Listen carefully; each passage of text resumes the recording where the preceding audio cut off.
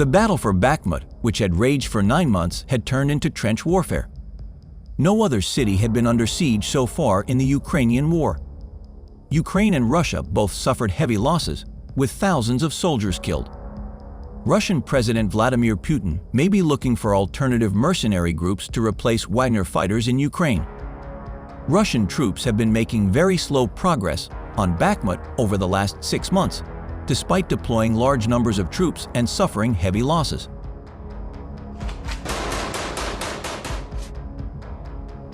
A dramatic video shows the Ukrainian Armed Forces destroying an artillery installation and a 120mm 2S9 Nona-S self-propelled mortar. The published video was recorded by an unmanned aerial vehicle, whose operator found the target, determined the exact geodetic coordinates, sent it to the soldier, and recorded the results to the direct fire from the first shot. Such fantastic accuracy suggests the use of high-precision weapons, either anti-tank missile systems or 155mm Excalibur projectiles.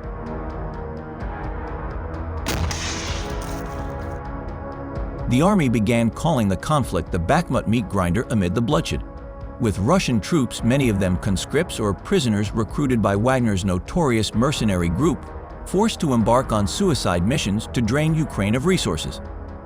Over the past few days, Russia is trying to take full control of the city of Bakhmut and is continuously attacking it, the Ukrainian General Staff said in its daily update.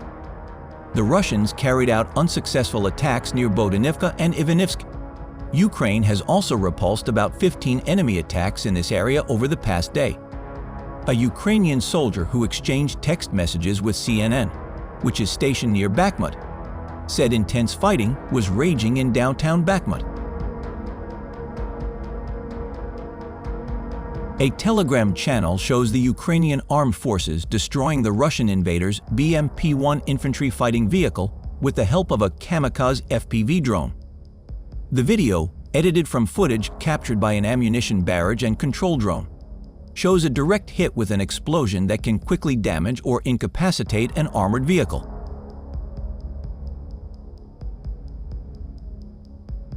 Ukrainian President Volodymyr Zelensky on Wednesday acknowledged the possibility of a military withdrawal from the eastern city of Bakhmut, but said that ammunition deliveries from Ukraine's allies would bolster his military defenses.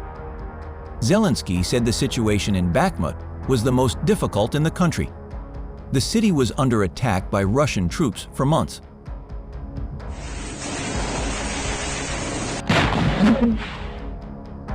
Meanwhile, there are reports circulating that Russian President Vladimir Putin may be looking for alternative mercenary groups to replace Wagner fighters in Ukraine. Wagner Group fighters have been heavily involved in Russia's ongoing invasion of Ukraine, most notably in Moscow's attempt to capture the embattled eastern city of Bakhmut. The head of the Wagner Group, or Russian billionaire Yevgeny Prigozhin, is a longtime associate of the Kremlin leader who previously earned the nickname Putin's chef. Prigozhin has been an outspoken critic of Russia's defense ministry and top military leadership, accusing military top brass of treason in February. However, no other Russian mercenary group matched the size or combat power of the Wagner fighters, the British Defense Ministry said. Russian leaders likely thought the heavy toll for the mercenary group would be better tolerated by Russian citizens, compared to the losses suffered by the country's armed forces, the ministry said. A few days ago, a small unmanned aerial vehicle of the Armed Forces of Ukraine hit the mobile rocket launcher of the Russian interventionist Grad with a grenade. This is phenomenal accuracy.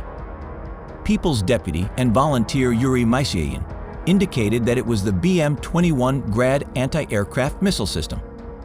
Unfortunately, the equipment was not destroyed, but it was definitely damaged, and the driver at least had some kind of bruise because he jumped out and ran like a madman.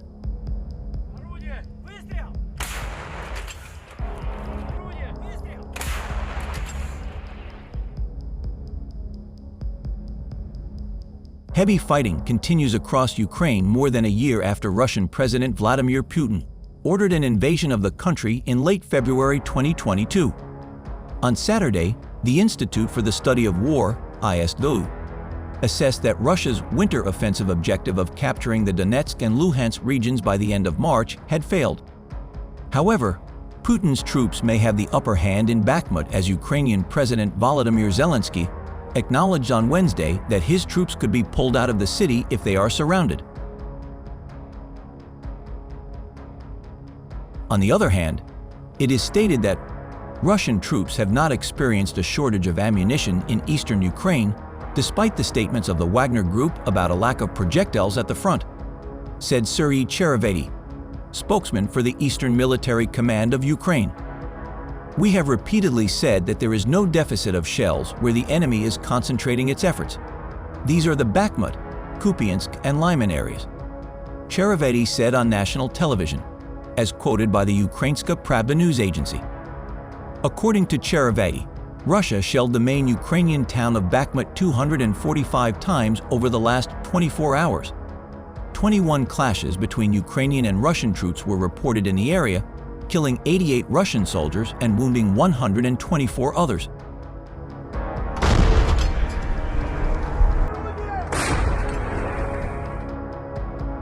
Meanwhile, on Sunday, Yevgeny Prigozhin appeared in a video on a Telegram channel affiliated with the Wagner Group, in which he said mercenary fighters had taken control of the devastated town of Bakhmut in Donetsk, waving the flag over the settlement's town hall.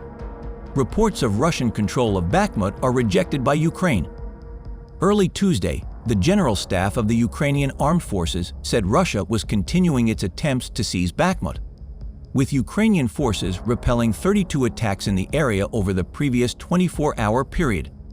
Another 530 Russian fighters have been killed in Ukraine over the past few days, the General Staff added.